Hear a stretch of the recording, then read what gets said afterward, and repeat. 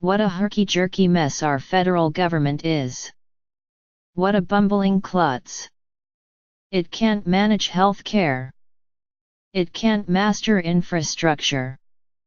It can't fund itself for more than tiny increments of time. It can barely stay open. It shut down briefly on Friday for the second time in 3 weeks. Maybe it should just stay closed for good. Let corporations pick up the slack. In fact, they're doing that already, with an innovation and can-do ambition sorely absent in Washington. 3 days before the latest shutdown, Elon Musk borrowed a launchpad previously used by NASA's trailblazing astronauts to send his own rocket into space. It was the first time that a vessel of such might and majesty was thrust heavenward by a private company rather than a government agency. It was also a roaring, blazing sign of our times, in which the gaudy dreams and grand experiments belong to the private sector, not the public one, and in which the likes of Musk or Amazon's Jeff Bezos chart a future for our species beyond our stressed-out planet. NASA no longer leads the way. Speaking of Amazon, it joined 2 other corporate giants, Berkshire Hathaway and J.P. Morgan Chase, to announce 2 weeks ago that they would form their own healthcare provider and try to solve the riddle that continues to stump lawmakers: dependable service at affordable prices. Amazon also recently stole a high-profile educator from Stanford University, Candace Thill. Her hiring suggests that the company is poised to expand employee training to a point where Amazon is essentially filling in for public and private universities and grooming its own workforce. And Musk is not only reaching for the stars but also tunneling under the earth. A new venture of his, The Boring Company, is a response to the inability of public officials in Los Angeles to ease the region's paralyzing traffic. Musk envisions a futuristic network of subterranean chutes. The first one is already under construction. We Americans are living a paradox. We're keenly suspicious of big corporations. Just look at how many voters thrilled to Bernie Sanders's jeremiads about a corrupt oligarchy, or at polls that show a growing antipathy to capitalism, and yet we're ever more reliant on them.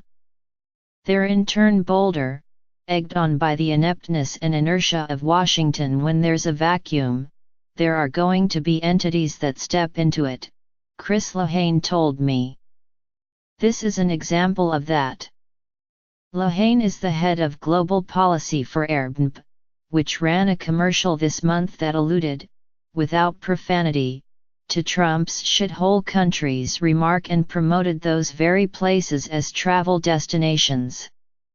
It spoke to another vacuum, a moral one being filled by companies, many of which are more high-minded, forward-thinking, and solutions-oriented than the federal government on immigration, LGBT rights, climate change and more. Lehane noted that democratic governments are designed to proceed with caution, but the pace of change in a digital world of automation and, now, artificial intelligence is brisker than ever. The nimbleness of corporations gives them an edge over hoary, complacent institutions, including those in higher education.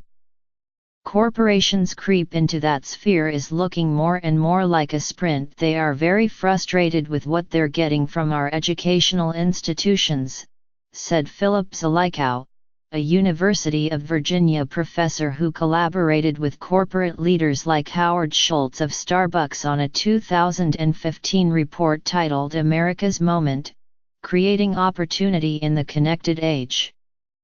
The American labor market is dysfunctional and broke.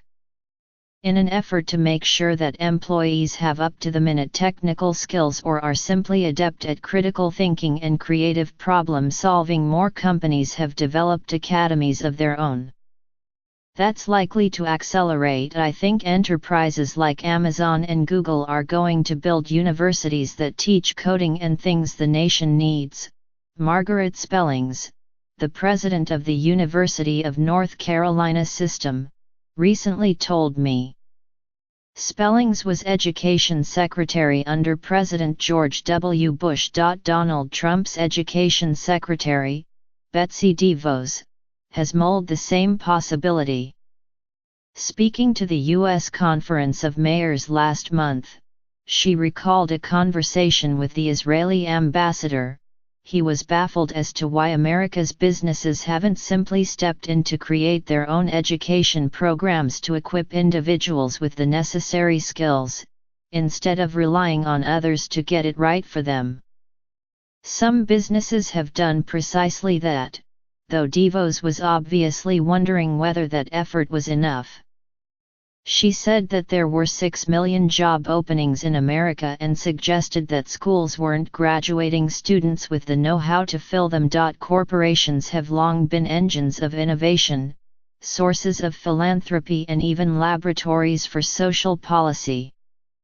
But the situation feels increasingly lopsided these days. I'm struck, for example, by the intensity of conversation over the last year about what Facebook and its algorithms should do to stanch the destructive tribalism in American life. It's true that Mark Zuckerberg's monster has badly aggravated that dynamic, in part by allowing its platform to be manipulated by bad actors.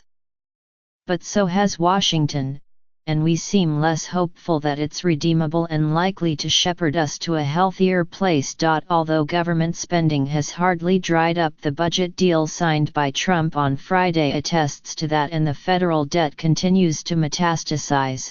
There's a questionable commitment to scientific research, leaving private actors to call many of the shots. But companies' primary concern isn't public welfare. It's the bottom line. I say that not to besmirch them but to state the obvious. Their actions will never deviate too far from their proprietary interests, and while tapping their genius and money is essential, outsourcing too much to them is an abdication of government's singular role.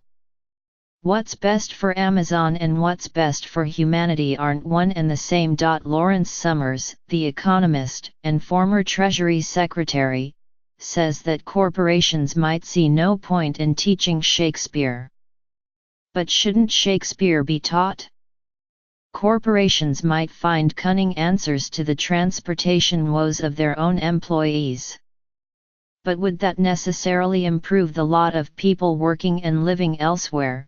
Whether they do it in the collective interest or in their own is very much in question, Summers told me. I use as a parable for a lot of things what happens in developing countries, where the urban electric system doesn't work well, and therefore the businesses start building their own generators to take care of themselves, and therefore there's no longer a constituency or pressure to fix the existing electricity system, and meanwhile the society is falling apart. There may be something for all of us in Musk's rocket launch. But there's definitely a whole lot more in it for Musk.